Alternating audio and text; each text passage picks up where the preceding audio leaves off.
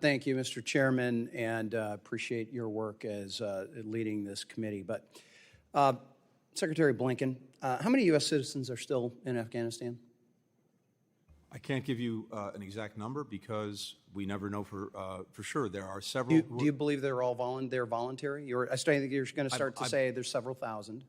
No, I believe that any American citizens who are left, there are several, as has noted before, who have actually been detained. These are people who went there after the evacuation for one reason or another, have been detained by the Taliban. We're working every day to get them out. Hold on a second. Are you saying that the only people detained are those who went after the evacuation? I'm saying the ones that we know of who are detained and that we're actively working. We can clue you in. I got to give you credit. You are successful in doing this. You have completely pulled me off of what I was going to ask you about, much to my staff and everybody else's chagrin.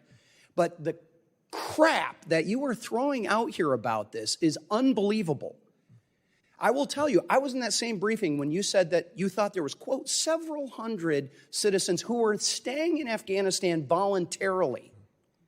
My caseworker had 185 individuals alone in my district, the 4th District of Michigan, that were asking us for help to get out, including those who did make it to Huizenga and were beaten by the Taliban and were known by the U.S. troops. And the troops that are being shown up here, including one of my constituents who I've referred to as Jose and Carlos and Juan and various things, because I haven't wanted to use his real name at his request, who was blown up and injured and knew every single one of those Marines and those Navy corpsmen up there on that screen right now. They have not gotten satisfactory answers. And I will tell you, Secretary Blinken, that we have citizens there who are not there voluntarily, and they want to get out, and this State Department has utterly failed them. Failed them.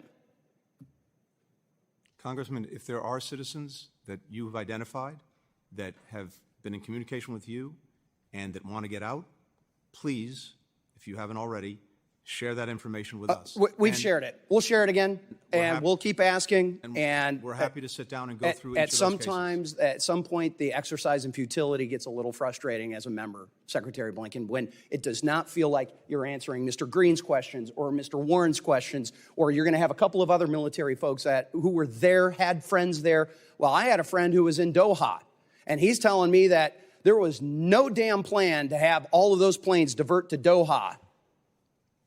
So they got caught flat-footed. There was no place for them to go. It was a bungled exit.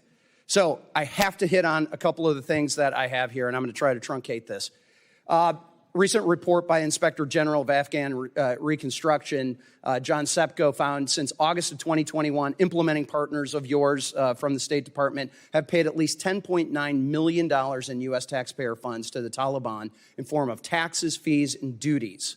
In fact, the SIGAR noted that while conducting its investigation, your State Department repeatedly refused to cooperate.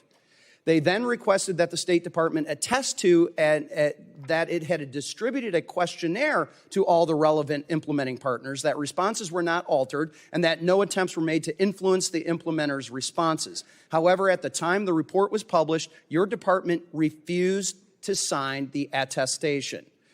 Mr. Secretary, did you instruct your employees to obstruct the SIGAR investigation of U.S. tax dollars going to the Taliban? And since then, has that changed? To the contrary, we've done everything possible to cooperate with SIGAR. 13,000 staff hours dedicated to this. Why would the Inspector General say? Is the Inspector General lying? SIGAR, in its report of, I believe, in 2023, said that the department was cooperating with SIGAR.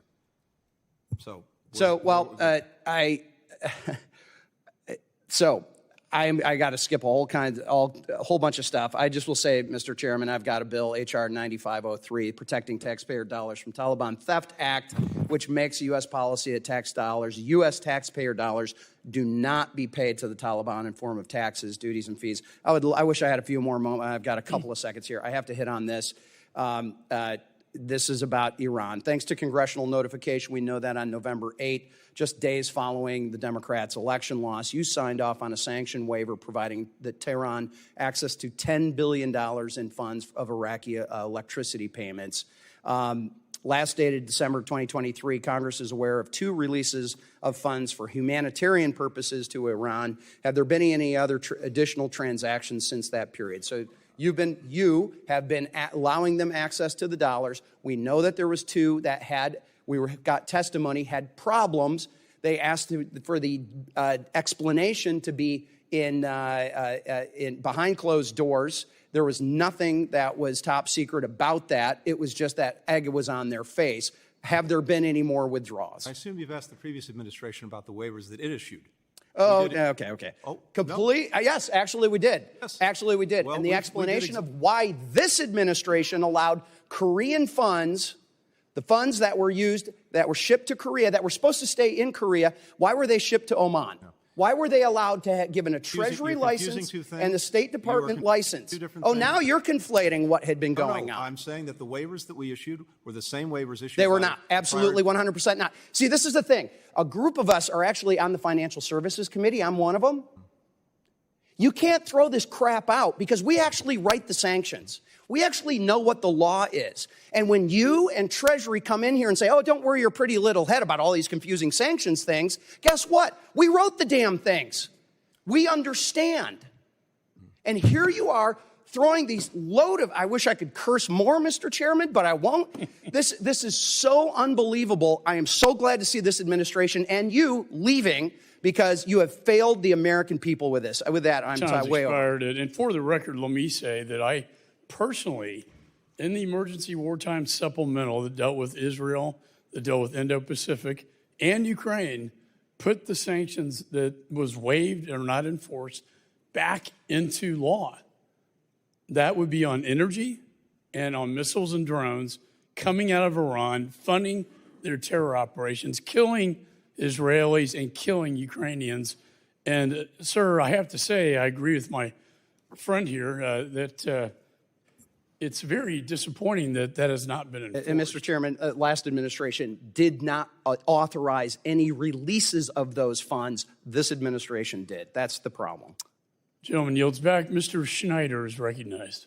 Thank you, Mr. Chairman. Before I start, if the Secretary wants to address the previous thing at all, I would be interested in your I'm remarks. happy to share with the Congressman everything we've done. We can go over this. We don't have time to do it now. I'm happy to do that. Happy to show you exactly what we've done, what we haven't done. Happy